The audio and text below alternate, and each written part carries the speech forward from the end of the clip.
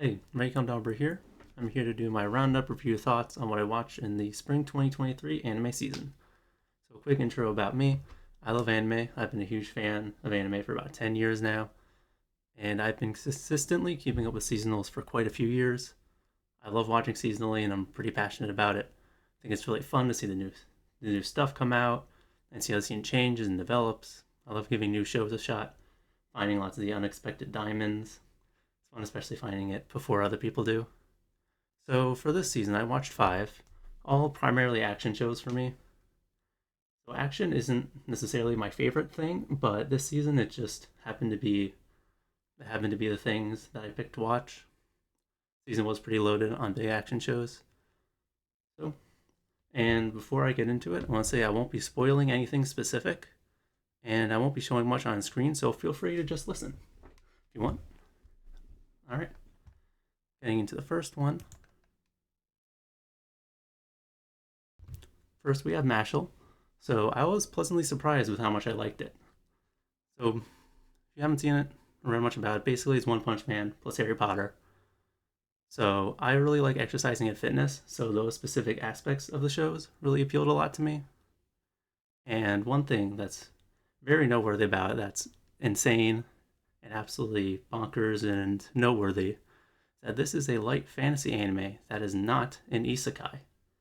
Absolute, absolutely insane. Someone remembered you can do fantasy without an isekai and still have fish out of water elements. It's crazy. But joke aside, yeah, I think it does a really good job of not being an isekai, but still showing that you can have a character be out of place in the world and experiencing the meaningful aspects of the world for the first time, despite not coming from another world. And overall, the show is really funny. The action is really solid. I went into this thinking it was just going to be like crapping on things like Harry Potter, magic stuff, but it doesn't. It does that a bit, but it also does unironic cool magic stuff too, which is something I really like about it. I like that it can poke fun at what it's doing, but also show respect and do cool things with that. So I really like it being able to do both things on that spectrum. Yeah, I think the show is funny, good action, not the crazy best characters, but I do really like Mash. I think he's a great protagonist. Yeah, I'm really looking forward to the next part that's coming in January. This said I like finding the diamonds. I definitely think, for me at least, this was the diamond of this season. Maybe it was more well known than and just wasn't well known to me, but yeah, I did not expect to like this a lot and for it to maybe be probably my favorite of the season. I really wasn't expecting that, but yeah, really good. I definitely highly recommend this one and excited for the next part. Next will be Ranking of Kings, Treasure Box of Courage. So I love Ranking of Kings. It's easily one of my favorites of 2021. Art style, motions, characters, comedy, action. It really has everything. It just it does absolutely everything I like in a show. It is just overall absolutely fantastic. And for this specifically, for Treasure Box of Courage, this was fun. This was nice, good supplemental content. There's nothing here that I would say is truly necessary.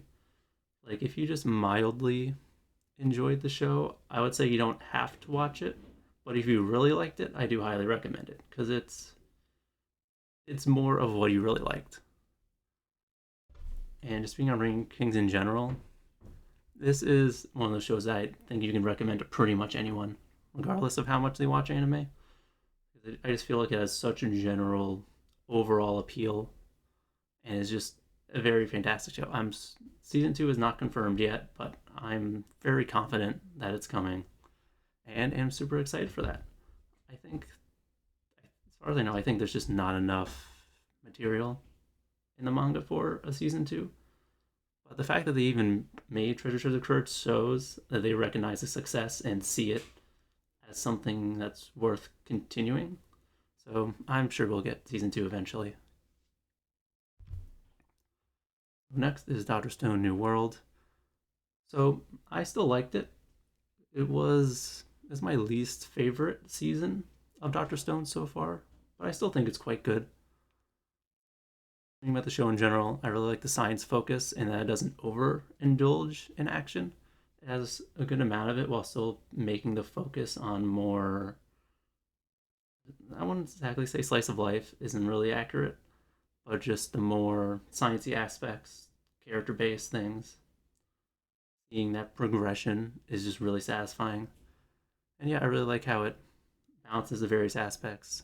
Characters, for the most part, are very fun. These things is very fun. We're gonna go back to specifically New World. This is the first season where I felt they really skipped a lot more of the the crafting aspects of the inventions, seeing more of the process. So that disappointed me a little bit. Yeah, that's a bit of a shame, and is I think I would say the biggest reason why it was slightly less good than the first ones, but still really good. Which one is definitely one of the most consistent shows I've seen, where it's just it never really doesn't really have any super big highs, but doesn't really have any true lows either. It's just consistently funny, interesting, and satisfying. And yeah, so even though I wasn't as thrilled with this season, I still really like the show and I will definitely continue watching it. Next, going to Hell's Paradise or Jigokuraku. So this one I don't have as much to say. I liked it, but don't have any particularly strong feelings towards it. It's got some cool style, got some solid character designs. The story is interesting. I don't think it's like crazy, mind blowing interesting, but I think it's pretty good. Yeah, so none of it especially stands out to me, but all of what it does is moderately interesting. So even though it does a lot of tropey battle anime things, it's still like it does those things well and has some more unique aspects to it. So it still is fairly strong. I will likely watch the next part whenever that comes out. The With an anime like this, I figure that they're gonna go all the way with it. But yeah, if they do, I'll definitely keep watching it. But not the not the most thrilling and interesting thing. Not something I go around recommending to people saying it's amazing, but it's good. It's good fantasy action. And lastly, I will be ending with Demon Slayer Swordsmith Village. Sorry, I was not a huge fan of this season. So, with each season, I have become slightly less of a fan. Do I still like it? Yes. But the, the art and animation is fantastic, as usual. It always is. The show looks amazing. I like the Hashiras. I know a lot of people aren't a huge fan of Tanjiro as the main character, or think he's just kind of just fine. I think he's a really good protagonist.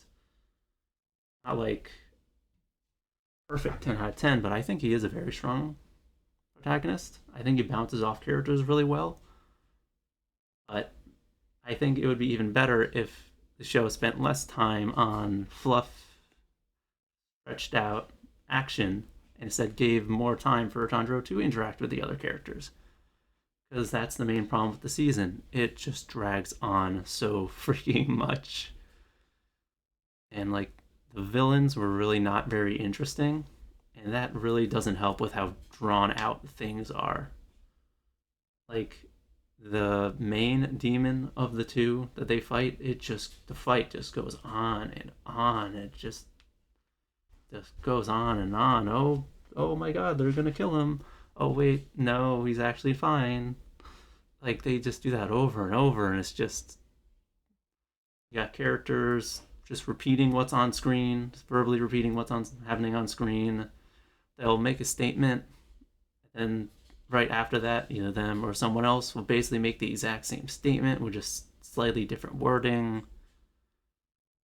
I just feel like it does the things that drawn out like shonen battle anime do at like full force in this season. Like with the last season and this one, it was when I really started to think like please stop talking and just get on with it. It's like, and this is coming from someone, I love slice of life. I love shows that are mostly, that can be mostly dialogue. But so it's rare for me to say shut up and get back to the action. But with Demon Slayer, I want them to stop talking and get back to the action.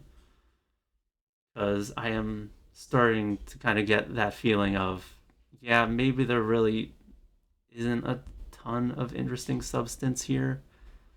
And it kind of is carried a bit by the action in the anime and the animation. Like, I still, I like the good parts are good. It's just there's so much fluff in between those parts. So, and again, I'm not spoiling anything, so not going to be specific.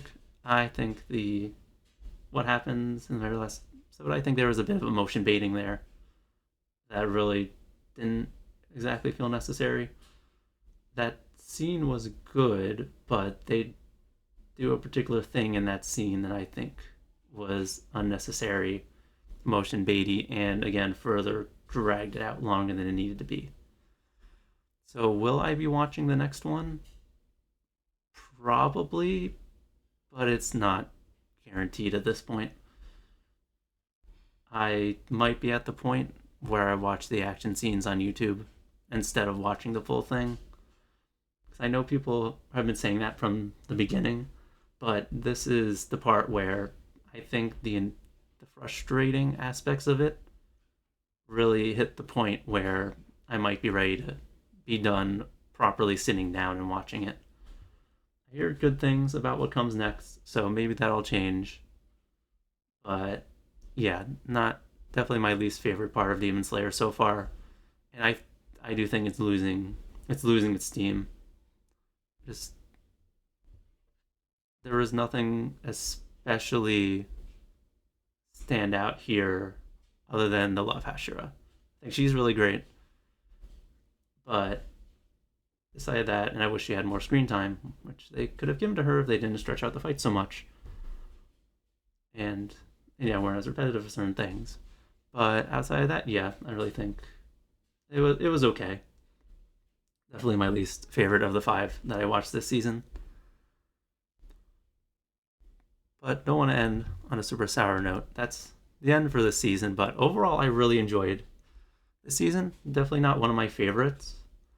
And yeah, definitely very heavily carried by action, which is not like my main thing. I like action in addition to slice of life elements because, like I was saying, Ranking of Kings is like my exact type of show where it does everything. It has really awesome action, but also really great character focus, really great moments where the characters can slow down and just talk and just show off how they're really great, interesting characters and how the story is great and interesting. They let the story play itself out without like making the action entirely around it. Yeah. So overall, the season was good. Mashle definitely, I would say that's the standout. Yeah, that was definitely the standout of this one. I would definitely, it ended up being so much better than I expected. Yeah, no perfect like 10 out of 10 bangers, but I enjoyed it. So yeah, thank you very much for watching. If you enjoyed this video, there will be more coming in the future. I'll be doing one of these review roundups, thoughts, whatever you want to call it, every season going forward. And I do plan to do some individual reviews of anime as well. So hopefully you enjoyed this. Please subscribe if you did. I have a lot of stuff coming up, including I'm working on getting an original model. And I would like to do talking streams. I'll be doing more reviews like this and more gaming content coming up. So if you're interested in any of that, please stick around. This is Rei Caldombra signing off. Thank you very much.